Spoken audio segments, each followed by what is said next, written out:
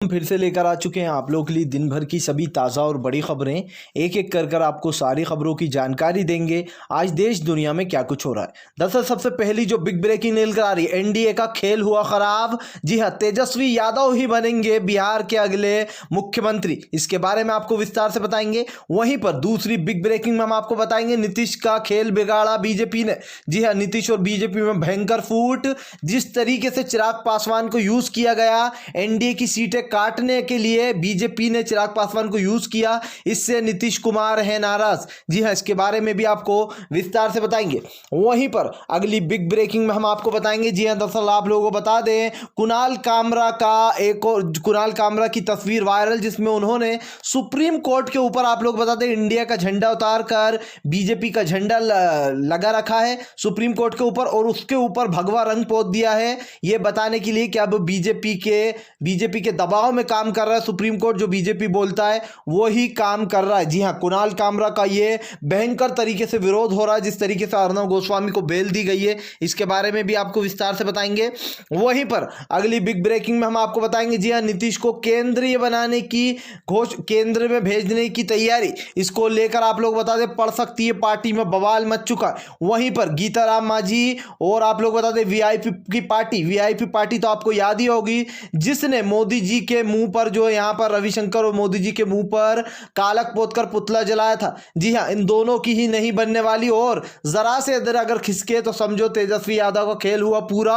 अगले बिहार के मुख्यमंत्री बन जाएंगे तेजस्वी यादव। इसके बारे में भी आपको विस्तार से बताएंगे।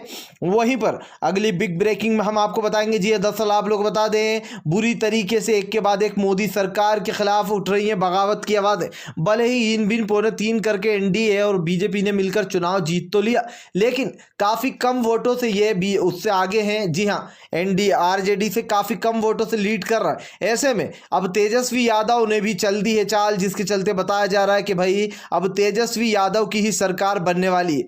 तो सारी खबरें आपको एक एक कर देंगे। खैर चलिए बढ़ते हैं सबसे पहली और सबसे बड़ी खबर की ओर। दरअसल दोस्तों आप लोगों को बता दें, एनडीए ने 1 2 3 करके ये चुनाव जीत तो लिया, चाहे वो ईवीएम के घोटाले से जीता हो या फिर छोटी बड़ी घोटाले करके या फिर ऐसे ही, ठीक है। लेकिन ये जीत तेजस्वी यादव के आगे बहुत छोटी मानी जा रही है, क्योंकि अगर देखा जाए तो ज़्यादा सीटों का अंतर नहीं है, और गीताराम मांझी यानी कि हम पार्टी और वीआईपी पार्टी दोनों अपना समर्थन जो यहाँ पर आरजेडी को दे सकते हैं, क्योंकि अब एनडीए में उनकी बन नहीं रही है। सबसे बड़ी बात, नीतीश कुमार ने आपके काफी कम सीटें दी गई थी नीतीश को, ऐसे में लगभग ये मान लीजिए 45 सीटों पर मान लेते हैं कि यहां पर एनडीए जीती है। ऐसे में बीजेपी कैसे बनाएगी मुख्यमंत्री? अब आप ये बताइए कि अगला सीएम नीतीश को कैसे बनाएगी? यही कारण है जिसका अभी तक शपथ नहीं ली गई है सीएम की, और ये मामला जो है वो अटका हुआ है, क्योंकि 45 सीटों पर वो लड़े, यहां पर 70 सीटों पर बीजेपी लड़ी। ऐसे में ये मामला बढ़ गया। अगर नीतीश मांगते हैं उनसे बीजेपी से, तो बीजेपी कहेगी भाई आप इतने कम समय में इतने कम सीटों में कैसे क्या कर लोगे, और जो और भी मुख्यमंत्री बनाना है उनको जो यहाँ पर पद कैसे दोगे आप? तो ये मामला आकर अड़ गया है वहीं का वहीं। जी हाँ, मैंने फिर आपको बता दूं, ये बात फिर रिपीट कर दूं कि जीत भले ही गए, लेकिन अब बगावती सुर उठ गए, क्योंकि अगर बीजेपी अपना मुख्यमंत्री बनाती है अपनी पार्टी में से, तो नीतीश कुमार पार्टी बदल देंगे पलटू राम। अगर बीजेपी यहाँ पर इनको कुछ दे दे, इनको सीएम बना देती है नीतीश को, तो बीजेपी के पास कुछ नहीं रह जाएगा। ऐसे में अब ये मामला अटक रहा है। लोगों का कहना, अगर बाई चांस मान लेते हैं अगर सीएम चुन भी लिया गया, तो मात्र 1 महीने के अंदर सरकार गिर जाएगी। जी हाँ, क्योंकि ज्यादा सीटों का फासला नहीं है। गीताराम मांझी, हम पार्टी और वीआईपी पार्टी दोनों आप लोग बता दें तेजस्वी यादव के संपर्क में, यहां तक के उनको आप लोग बता दें ऑफर भी दिया गया है तेजस्वी यादव की तरफ से डिप्टी सीएम बनाने का। ऐसे में अब सबसे बड़ी बात यह आ जाती है, देखिए, और असदुद्दीन ओवैसी की इसमें सबसे अहम भूमिका मानी जा रही है, जो कि यहां पर सीमांचल से 5 सीटों पर जीते। अब एक जोड़ कर लीजिए, लगभग 122 सीटों का इनका आंकड़ा है, ये मानकर चलते हैं 122 सीटों का इनका आंकड़ा है। अगर 22 सीटों में से 8 सीटें किसके पास हैं? वीआईपी और हम पार्टी के पास 4 4 सीटें हैं, ठीक है। अगर ये 8 सीटें इधर आ जाती हैं और उसके बाद असदुद्दीन बन जाएंगे, असदुद्दीन ओवैसी ने पहले ही कहा है कि वो उस तरफ झुकेंगे जहां पर उन्हें सीमांचल का आने वाला कल दिखेगा, यानी कि जहां पर उनको लगेगा कि वहां के लोगों के लिए उन्नति होगी। यानी कि मान लेते हैं कि 8 सीटें इधर आ गई, 5 इधर आ गई, ये हो गया 13 का आंकड़ा। और जादुई आंकड़ा क्या था? 122। 122 के आंकड़े को ये 13 सीटें पार कर देंगी। अब आप ये बताइए कि अगला जो है यहाँ पर सीएम कौन बन रहा है, आप खुद डिसाइड करिए कि ये कितना, मतलब कितना ज़्यादा कम सीटों का फासला है। कि अगर गीताराम मांझी, हम पार्टी और वीआईपी पार्टी अपनी 8 सीट दे देती है तेजस्वी यादव को, जो कि तेजस्वी यादव ने एक उनको बहुत बढ़िया ऑफर भी दिया है।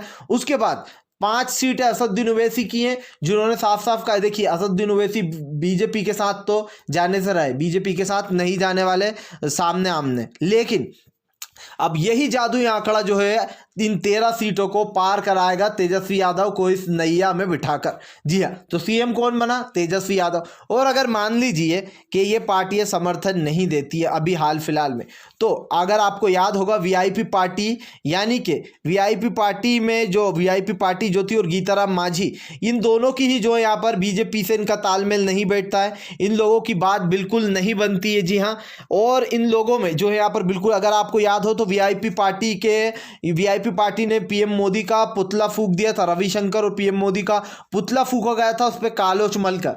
तो ये पार्टी की बीजेपी से तो कहीं से कहीं तक बन नहीं रही है। सबसे बड़ी बात जो आ रही है यहाँ पर कि भाई कुछ भी हो, यहाँ पर बनते हुए सीएम नीतीश कुमार, तेजस्वी यादव ही नजर आ रहे हैं, क्योंकि ये जादुई आंकड़ा 122 का पार हो जाएगा 13 सीटें मिलने के बाद। और अगर बाई चांस बीजेपी ने इन पिन पौने 3 करके बना भी दिया नीतीश को इस बार, समझ लो सीएम, तो सिर्फ मात्र 1 महीने सरकार चलेगी, उसके बाद सरकार गिर जाएगी और सीएम को बनना है किसको? तेजस्वी यादव को ही बनना है, क्योंकि सबसे ज़्यादा बहुमत इस वक्त जिसके पास है, जिसकी पार्टी सबसे ज़्यादा पावर में है, वो है आरजेडी।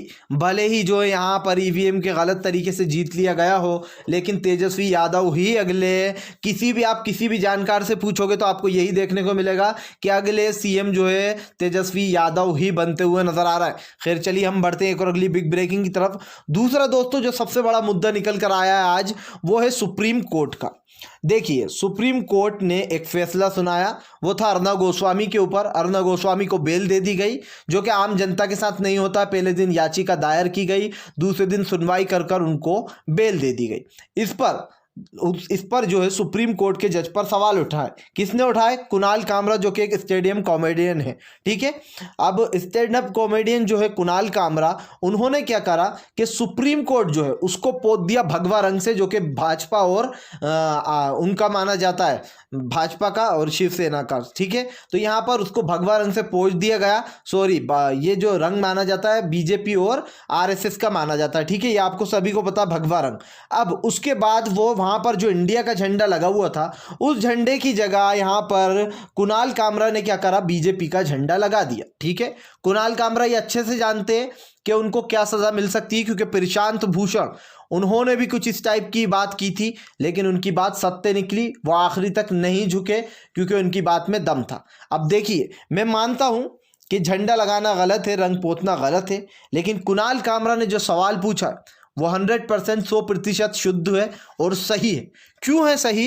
कि आज हमारे इंडिया में इतने सारे केस पड़े हैं, लोग घिसते रहते हैं अपनी, लेकिन उन्हें इंसाफ नहीं मिलता। वो सुप्रीम कोर्ट जाते हैं, वो हाई कोर्ट जाते हैं, हाई कोर्ट के बाद सुप्रीम कोर्ट जाते हैं, लेकिन उनकी सुनवाइयाँ नहीं होती, सालों निकल जाते।